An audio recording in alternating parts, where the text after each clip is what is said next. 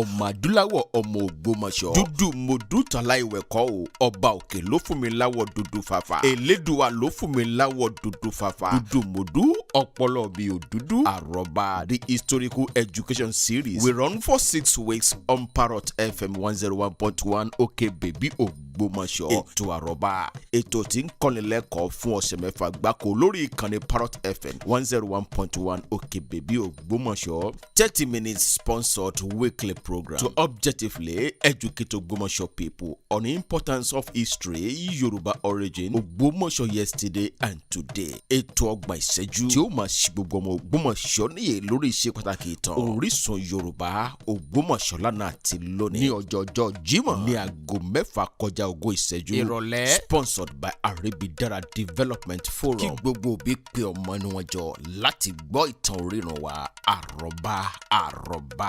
ètò tí ń kọ́ni lẹ́kọ̀ọ́ nípa orírun Yorùbá.